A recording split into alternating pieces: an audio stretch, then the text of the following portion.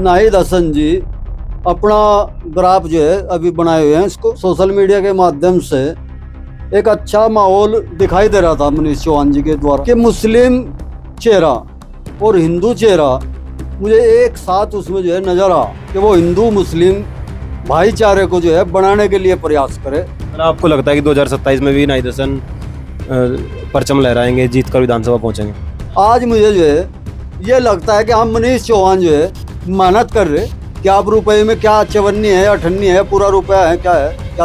अखिलेश जी ने भी अगर ये कह दिया कि हमने उनको जो है रुपया बनाने का प्रयास किया। रही बात गुज्जर समाज की, वो भाजपा में तो जो है गुज्जर समाज चूंग लिया।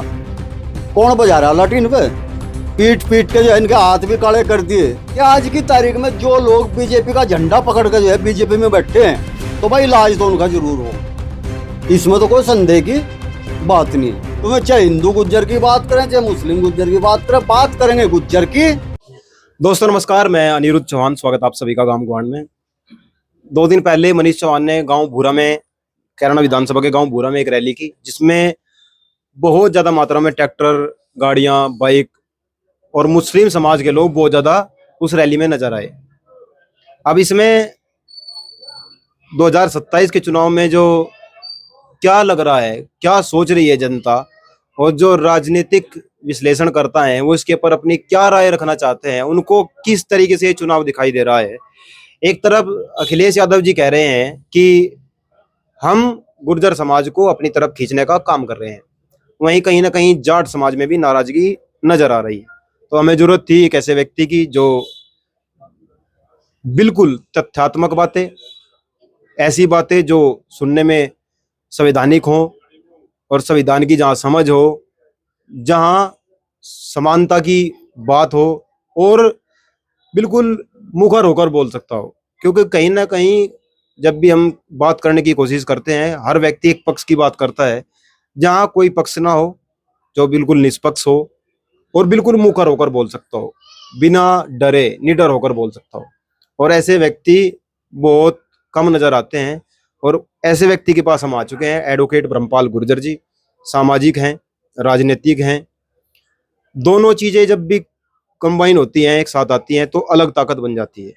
जितने भी सामाजिक कार्य क्षेत्र में होते हैं, सब में बढ़ चढ़कर भाग लेते हैं, राजनीतिक कार्यों में बढ़ चढ़कर भाग लेते हैं। और मैं समझता हूं कि नजदीक में कोई इस तरह का व्यक्ति नहीं जो हर चीज पर बोल सकता हो, धर्म पर, राजनीति पर, समाज पर, धरातल पर, क्षेत्र पर, विधानसभा पर, लोकसभा पर, राष्ट्रीय मुद्दों पर, हर तरह के मुद्दों पर वो बिल्कुल लीडर होकर। तो वकील साहब, पहले आपका स्वागत।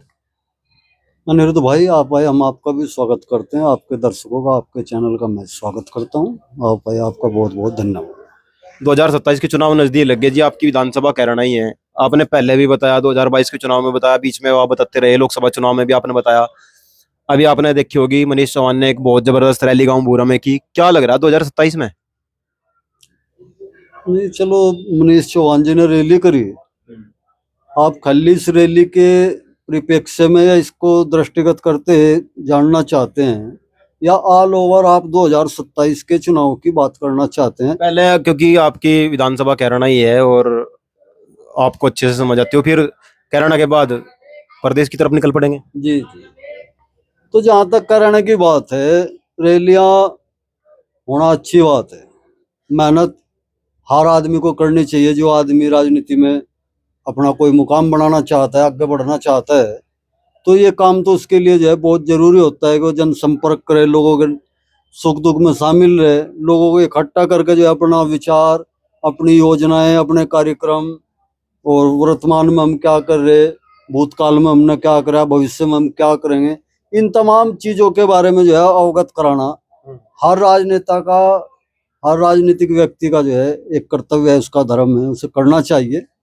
जहाँ तक आप भूरा की रैली के बारे में आप बात कर रहे भाई मनीष जी के बारे में, तो अच्छी बात है, उन्हें जो है प्रयास किया, सराहनीय प्रयास है, उनकी मेहनत भी जो है सराहनीय है। और मैं इस नज़र से देख रहा था, व्यक्तिगत तौर पर तो मैं वहाँ नहीं गया, लेकिन सोशल मीडिया के माध्यम से एक अच्छा माहौल दिखाई दे रहा था मनीष चौहान जी के द्वारा जो मेहनत की गई थी। अच्छा माहौल में इसलिए बता रहा कि मुस्लिम चेहरा और हिंदू चेहरा मुझे एक साथ उसमें जो है नजर आ। अगर मनीष चौहान जी बीजेपी इस लाइन पर काम करती है तो हम उसका स्वागत करते हैं कि वो हिंदू मुस्लिम भाईचारे को जो है बनाने के लिए प्रयास करे, नफरत फैलाने के लिए काम ना करे। तो हम जो है बहुत खुश हैं। हम चाहते यही हैं कि इस क्षेत्र के अंदर, देश प्रदेश के अंदर जो है अमन कायम रहे, भाईचारा कायम रहे, एक दूसरे के बीच में जो है खाइयां खोदने का काम ना करें। तो एक तो दृष्टिकोण इसका ये है। अगर आप ये विश्लेषण करना चाहते हैं कि इस रैली मात्र हो जाने से चुनाव का क्या परिणाम होगा, तो मैं समझता हूं अभी चुनाव के बारे में इस तरीके की कोई टिप्पणी करना जल्दबाजी हो सकती है, क्योंकि अभी बहुत सारे परिवर्तन होंगे, उतार चढ़ाव, उथल पुथल होगी बहुत सारी। कोई ऐसा नहीं है कि भाई ये रैली होगी इसके बाद जो है चुनाव होगा। तो मैं समझता हूं कि ऐसा करना जल्दबाजी होगी और कोई विशेष बदलाव अभी तक क्षेत्र के अंदर मुझे नजर नहीं आता। जो आप पिछली विधानसभा की सीट का जो है परिणाम है, मैं उसमें कोई अंतर महसूस नहीं कर रहा। उस जो का तो मुझे नजर आता है अभी भी कि नाहिद हसन जी अपना ग्राफ जो है अभी बनाए हुए हैं, इसको वो नीचे नहीं आने दे रहे। तो मैं इस दृष्टि से देखता हूँ। मतलब आपको लगता है कि 2027 में भी नाहिद हसन परचम लहराएंगे, जीत कर विधानसभा पहुंचेंगे?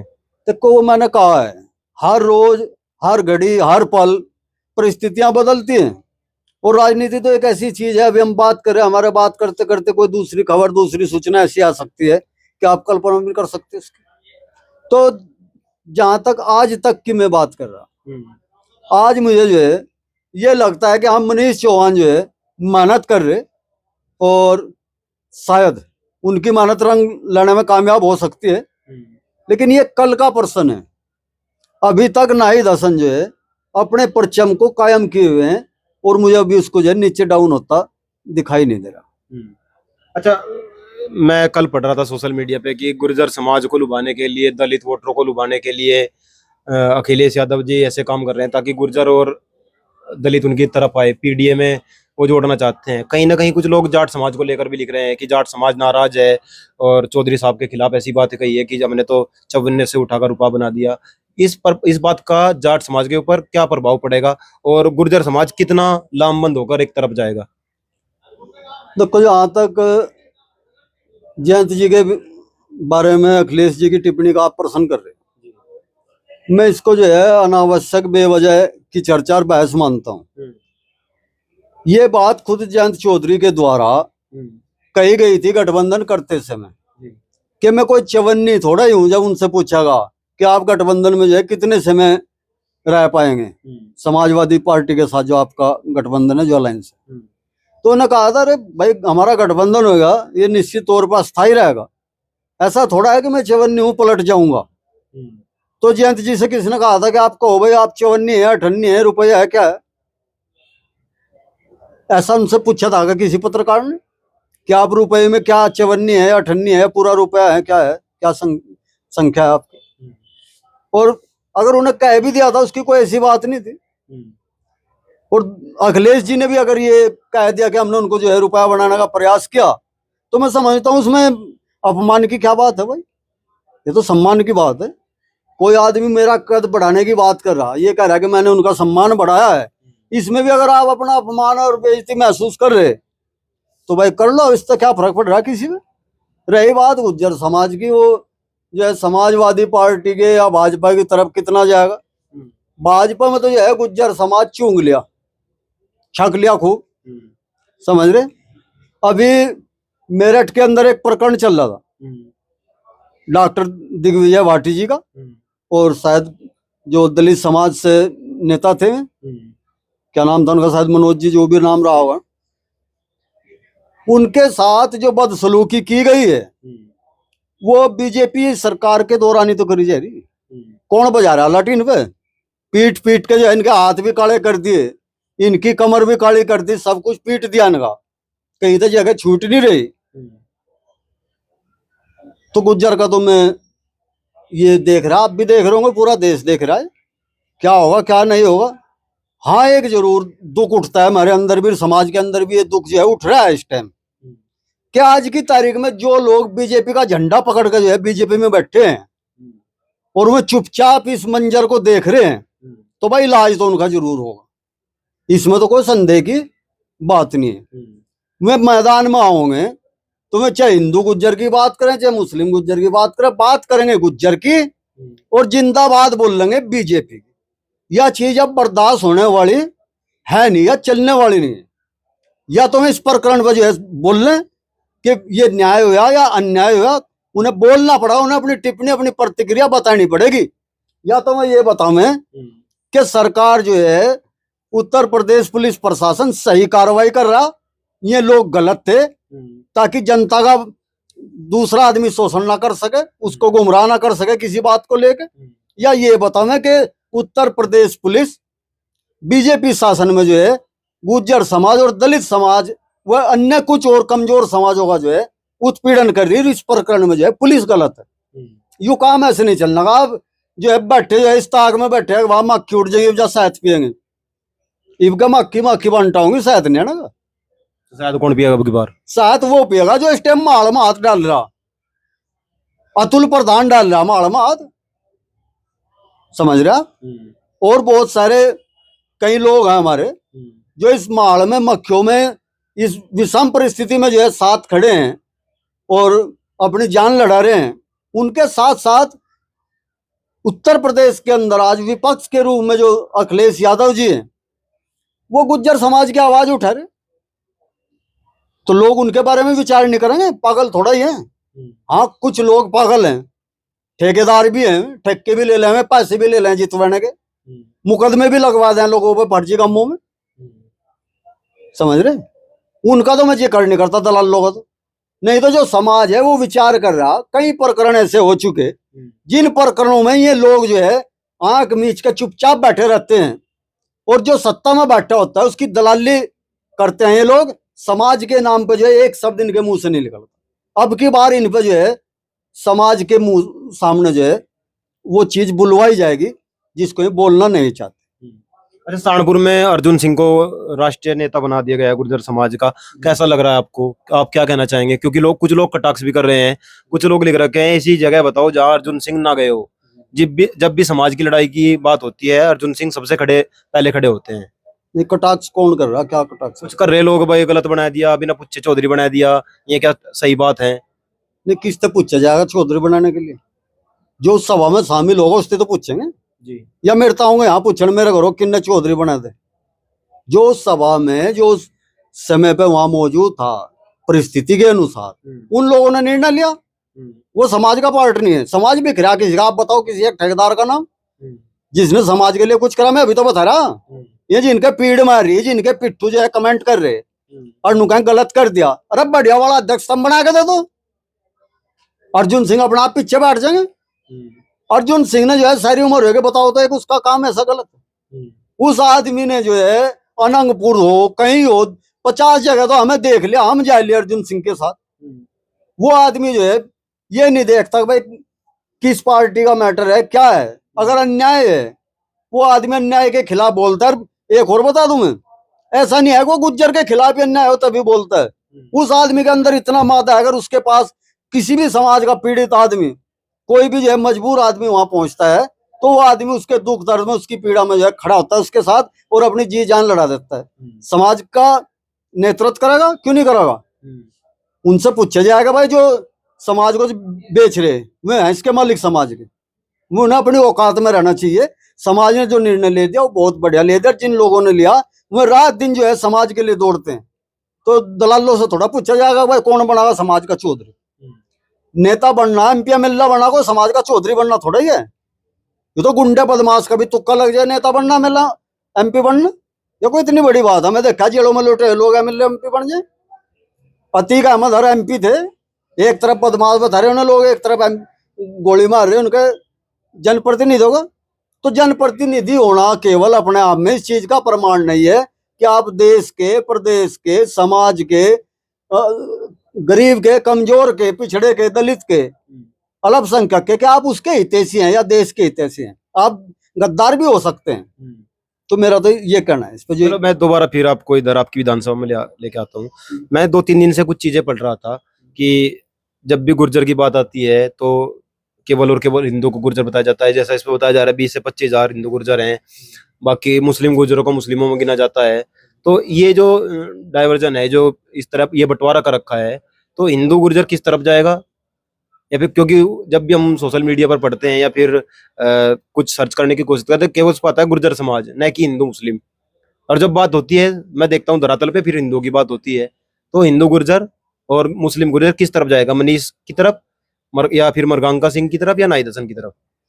जिन लोगों का विचार, जिन लोगों का जमीर, जिन लोगों का अस्तित्व जिंदा है, वो लोग विचार करेंगे चुनाव के समय, सारी तमाम परिस्थितियों को देखेंगे, उन परिस्थितियों के आधार पर अपना निर्णय लेंगे।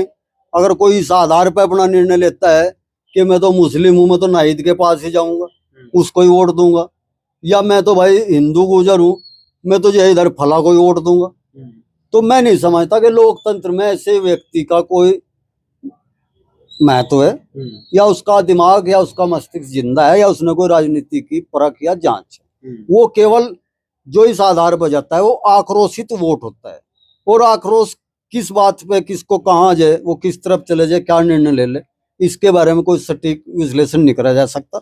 मोटे तौर पर यहाँ दिखाई देता है, जो डर्रे पे चलता है कि हिंदू है वो हिंदू प्रत्याशी की तरफ जाने का प्रयास करता है, मुस्लिम मुस्लिम की तरफ जाने का प्रयास करता है। समस्या यहाँ खड़ी हो जाती है कि जो है हिंदू गुर्जर के सामने कि इस बार जो है इस सीट पे, करना विधानसभा पे, कई हिंदू गुर्जर चेहरे जो है चुनाव की तैयारी में है, जो मजबूत चेहरे हैं। उन जैसे जिनमें मनीष जी का भी आप जिक्र कर रहे, हालांकि कोई ऑथेंटिक नहीं है, अभी किसी पार्टी ने, बीजेपी द्वारा जो है उनकी कोई घोषणा नहीं करी गई। अनिल चौहान जी हैं, उनकी कोई घोषणा नहीं है। मृगांका जी हैं, जो बड़ा चेहरा है इस क्षेत्र का, मान्य बाबू हुकम सिंह जी मंत्री जी की सुपुत्री हैं, और उसके आधार पर जो अगर मानना जाए तो प्रदेश की राजनीति में उनका भी एक बड़ा चेहरा है करना विधानसभा पे। हो सकता है बीजेपी उस पे जो है अपना दांव खेल दे, तो इधर भी समस्या खड़ी होती है कि किसका समर्थन करें। और दूसरी तरफ दूसरा कौन नजर आता है मजबूत प्रत्याशी? मुझे तो कोई दूसरा, अगर इधर नाहिद की तरफ, नाहिद हसन की तरफ बात की जाए, तो उनका क्या लगता है आपको टिकट का? उसका तो श्योर है, वहां कहाँ कंपटीशन है कि बताओ कौन खड़ा समाजवादी पार्टी से टिकट की लाइन में? दूसरा मुस्लिम गुर्जर कोई है क्या? मुझे तो कोई नजर नहीं आया आज तक। आपकी जानकारी में हो तो आप बता देना। तो उधर तो जो है लाइन साफ है, और इधर लाइन का ये पता नहीं जाएगी किधर, और जिधर भी जाएगी दो लोग उसे खींचने के लिए ऑलरेडी पहले से ही तैयार बैठे हैं, और तीसरा जो है गठबंधन भी बैठा है। क्योंकि राष्ट्रीय लोकदल के साथ गठबंधन होने के कारण जरूरी नहीं है इन लोगों को, मैं उसका क्या संबित पात्रा है उसका बयान सुन रहा था, वो जाटों पे भी बोल रहा था, और उस टाइटल में जाट के अलावा और लोग भी आ जाते हैं। वो कह रहा था कि पश्चिमी उत्तर प्रदेश के और हरियाणा के चौधरियों का हमने जो है ठिकाना लगा दिया बीजेपी ने। उसका भारतीय जनता पार्टी का मंत्री भी है शायद, संबित पात्रा उनका नाम है शायद। वो कह रहा था, मैं उसकी एक क्लिप देख रहा था वीडियो पे, कि हमने जो है चौधरियों को ठिकाना लगा दिया। तो यहाँ भी जो अपने को चौधरी मानने, शायद इनके भी ठिकाने लगने का नंबर है। इस सीट को जो है ये राष्ट्रीय लोकदल के खाते में भी समझौते के आधार पर दे सकते हैं। तो या तो इन लोगों ने जो है, उससे फर्क पड़ेगा नहीं कुछ, क्योंकि लगभग 25,000 वोट जाट समाज की हैं। तो आपको नहीं लगता कोई फर्क पड़ेगा अगर आरएलडी का सिंबल आता है और आरएलडी अपना प्रत्याशी उतारती है, उससे कुछ फर्क पड़ेगा? नहीं, क्या फर्क पड़ेगा बताओ? अगर मरगांका सिंह का टिकट होते, लोग कह रहे हैं बहुत जबरदस्त फाइट होगी। राष्ट्रीय लोकदल के खाते में सीट जाएगी तो जाहिर सी बात है मैं इन्हें क्यों प्रत्याशी बनाऊंगा अपना? इन्हें किस आधार पर प्रत्याशी बनाऊंगा? यहाँ से में प्रत्याशी तब बनाते हैं जब बड़ी पार्टी का टिकट जो है इनके पास हो और इनको हरवाना हो, तो वह जो है राष्ट्रीय लोकदल वाले इनमें से किसी एक को टिकट देते हैं, जैसे पहले अनिल चौधरी को दिया था, अनिल चौहान जी को। तो ऐसी परिस्थिति में राष्ट्रीय लोकदल टिकट देगी नहीं, वरना क्यों देगी? अगर उसकी मजबूत सीट है और उन्हें पता है कि गुज्जर जो है धर्म के नाम पर वोट देगा बीजेपी को, तो मैं बेवकूफ है, इनको प्रत्याशी बनाऊंगा, अपना प्रत्याशी बनाऊंगा। उनका मन करे तो वे चाहे ब्राह्मण को बनाओ, जाट को बनाओ, गुज्जर को क्यों बनाऊंगा प्रत्याशी? हाँ, तो इनसे जो है ये सीट इस बार इनके हाथ से निकल भी सकती है। 3 बार तो बन लिए विधायक नाई दसन, चौथी बार आपको क्या लगता है जब अगर सीट निकल सकती है, क्योंकि क्वेश्चन मार्क है तो दूसरी बात भी हो सकती तो मुझे ये लगता है अगर समाजवादी पार्टी सत्ता में आती है, उसकी सरकार बनती है और यहाँ से विधायक नाई दसन जीत के जाते हैं, है? तो मुझे ऐसा लगता है कि शायद कैबिनेट मंत्रालय जो है इनको इस बार मिलने जा रहा है। इनका कद जो है उत्तर प्रदेश की राजनीति में ऊंचा होने की मुझे नजर आ रही बात, मुझे ऐसा लगता है। अभी तक मैंने सुना है कि सांसद बन लिए मनोहर सिंह जी, तो चारों सदनों में गए, केवल एक पद बचा हुआ है मंत्रालय, तो आपको लगता है अब की बार हो जाएगा वो भी? एक ही चीज बची हुई है इस घर में आने के लिए भी। देखो वैसे तो जो पार्टी के अध्यक्ष होते हैं, मैं कोई समाजवादी पार्टी का ऑथेंटिक पर्सन नहीं हूँ, ना मैं नाहिद हसन का, इकरा हसन का कोई पर्सनल असिस्टेंट, ना मैं उनका सलाहकार हूँ, ना वो मेरे तो कोई मंत्र ना कोई सलाह करते। मैं तो केवल तथ्यों के आधार पर विश्लेषण करता हूँ, आप पर्सन करते हैं। मैं चल के भी नहीं जाता कहीं। अगर मेरे पास कोई आदमी आता है, चाहे वो आप जैसा कोई वरिष्ठ पत्रकार हो, जुझारू आदमी हो, चाहे कोई सामान्य आदमी बैठ के बात करता है, तो बात तो मैं करूंगा, ठीक। मैं इसलिए नहीं कोई बात करता कि मेरा जो है, हाँ मेरे मन में जो विचारधारा है, जो मेरे अनुभव हैं, उससे आपको लग सकता होगा कि मैं बीजेपी का मुखालिफ हूँ और समाजवादी पार्टी का समर्थक हूँ। मैं केवल परिस्थितियों के आधार पर, निष्कर्ष के आधार पर बात करता हूँ। मैं आपकी जानकारी के लिए बता दूं, मैं भी भारतीय वीर दल का राष्ट्रीय प्रवक्ता हूं, लेकिन मैं कभी अपनी वीडियो में, अपने संवाद में इस चीज का जिक्र नहीं करता कि जिससे आपको ये ना लगे कि मैं अब कोई विशेष प्रचार करने के लिए जो है भारतीय वीर दल का प्रचार करने के लिए वीडियो बनाया। जो जितना जैसा करता है, मैं यहाँ बैठ के निष्पक्ष रूप से बात करता हूँ और वही मैं उत्तर देता हूँ, ठीक है। तो नाहिद हसन, इकरा हसन को जो है मंत्री बनाएंगे नहीं बनाएंगे, ये भविष्य के गर्भ में है, लेकिन परिस्थितियां बताती हैं कि अगर अखिलेश यादव को पश्चिम में अपनी पार्टी को खड़ा रखना है, तो उसने हसन परिवार को अपने कंधों के बराबर लाना पड़ेगा। मैं ऐसा देखता हूँ। धन्यवाद आपका बहुत बहुत। और आने वाले 27 के चुनाव में आपको क्या लग रहा है, खासकर कैरना विधानसभा को लेकर, क्योंकि ये वीडियो हमारा कैरना विधानसभा को लेकर ही था। आप क्या सोचते हैं, एक बार कमेंट करके जरूर बताइएगा और जुड़े रहिएगा गांव गुवांढ के साथ। जय हिंद, जय भारत।